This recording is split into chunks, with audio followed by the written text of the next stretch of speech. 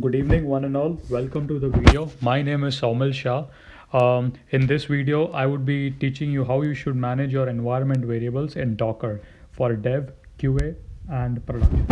For Flask, let's get started. So I'm going to take a simple example to explain you. Consider this basically I have a file.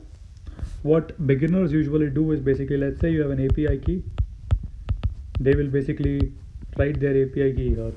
That's totally wrong. That's the first method. The second method in the Docker is basically you would store it in an environment variable. Basically, let's say this is your Docker file.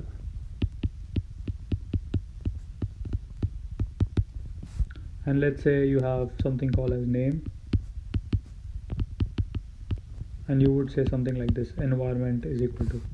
Now here you can simply say API is equal to os dot get env, and you can just say the name, variable name.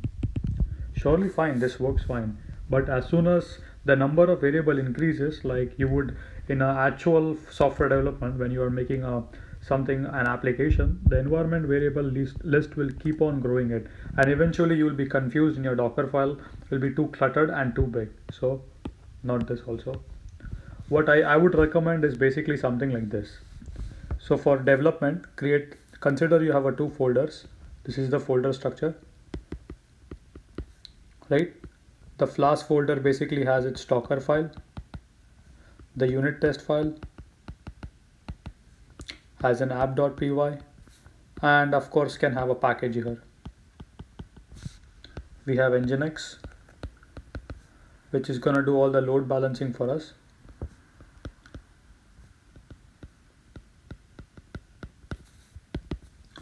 Now what I would say is in the outer directory usually we have a file called as docker compose.yaml file.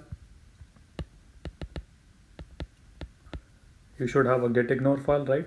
So now basically in this directory I would say create some files called as dev.env,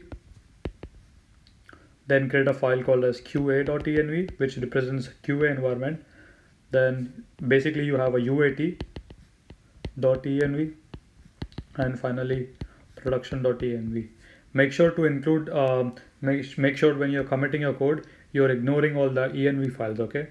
So in the docker compose.yaml file, you should just say, let's say you're working in a development like on your local machine, so you should just say, like when you're loading it, env files, and you should just say dev.env. That's all. And when you run docker compose build and up, it should be fine. Let us see a very good example with a demo. All right, it's time for a demo. Here you can see. So as I explained, I have two folders called as Flask and Nginx. The Flask has a unit test file called as test.py, run.py. We have a WSGI that is called as app.ini, right? And we also do have basically a file called as dev.env, which is in the outer directory right now. Nginx basically does all the routing for us. Now let us see a demo out of it. So here you can see environment file is equal to dev.env. So you should have your three files, dev, QA, or actually four, dev, QA, basically UAT and production.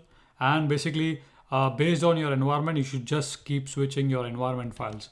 So now if I hit here initially, so here you can see database Saumil Shah, and this is actually an environment variable which I can show you. So dev is equal to, here you can see database. Let me go to the Flask folder and go to the run.py. So here you can see database is equal to os.getANV.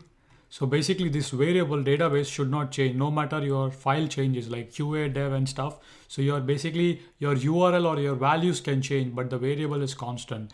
These are some of the good practices I have learned over the time while playing or while doing Docker stuff and creating REST APIs.